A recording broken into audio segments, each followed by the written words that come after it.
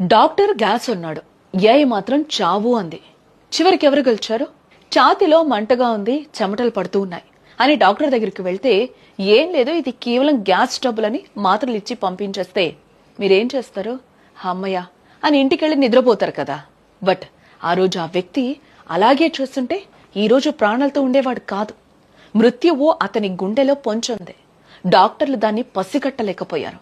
కానీ కేవలం 2 నిమిషాల పాటు ఒక ఆర్టిఫిషియల్ ఇంటెలిజెన్స్ ఏఐతో చాటింగ్ చేస్తే అది అతని ప్రాణాన్ని నిలబెట్టింది.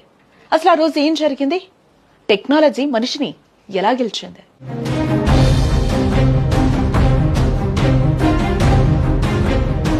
ఒక 44 ఏళ్ల వ్యక్తికి అర్ధరాత్రి విపరీతమైన చెమటలు పట్టాయి. ఛాతీలో నొప్పొచ్చింది. వెంటనే ఫ్యామిలీ డాక్టర్ దగ్గరికి వెళ్తే ఆయన పరీక్షించి ఇది గుండె నొప్పి కాదు, కేవలం గ్యాస్ట్రిక్ సమస్య అని పెయిన్ కిల్లర్స్ ఇచ్చారు. బట్ ఆ వ్యక్తికి ఎందుకో అనుమానం పోలేదు. నొప్పి ఇంకా పెరుగుతూనే ఉంది. వెంటనే తన ఫోన్ తీసి తన సిమ్టమ్స్ అన్నింటినీ కూడా చాట్ జీపీటీలో టైప్ చేశాడు. తన బ్లడ్ రిపోర్ట్ వివరాలు కూడా ఎంటర్ చేశాడు అందులో. అప్పుడు ఆ ఏఐ ఇచ్చిన సమాధానం చూసి అతను ఒక్కసారిగా షాక్ అయ్యాడు.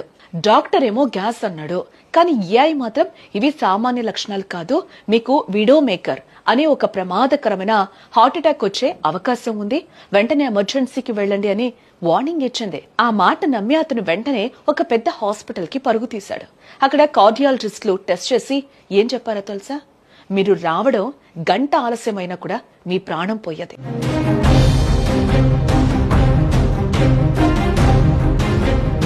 మీ గుండె రక్తనాళం 99% బ్లాక్ అయింది అని చెప్పారు. వెంటనే స్టంట్ వేసి అతన్ని బతికించారు డాక్టర్లు.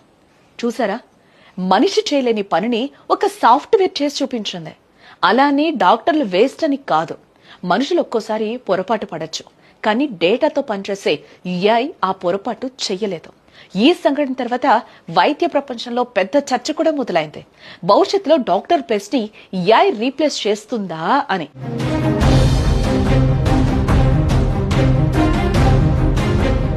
టెక్నాలజీ అనేది కత్తి లాంటిది. దాన్ని సరిగ్గా వాడితే ప్రాణాలు కాపాడుతుంది. మీకు ఎప్పుడైనా ఆరోగ్యం బాగలేనప్పుడు డాక్టర్ చెప్పింది వినండి. బట్ అనుమానం వస్తే టెక్నాలజీ సాయంతో సెకండ్ ఒపీనియన్ తీసుకోవడంలో తప్పులేదు కదా. ఈ స్టోరీ విన్నాక మీరు డాక్టర్ని ఎక్కువ నమ్ముతారా, ఏఐని నమ్ముతారా? కామెంట్ చేయండి.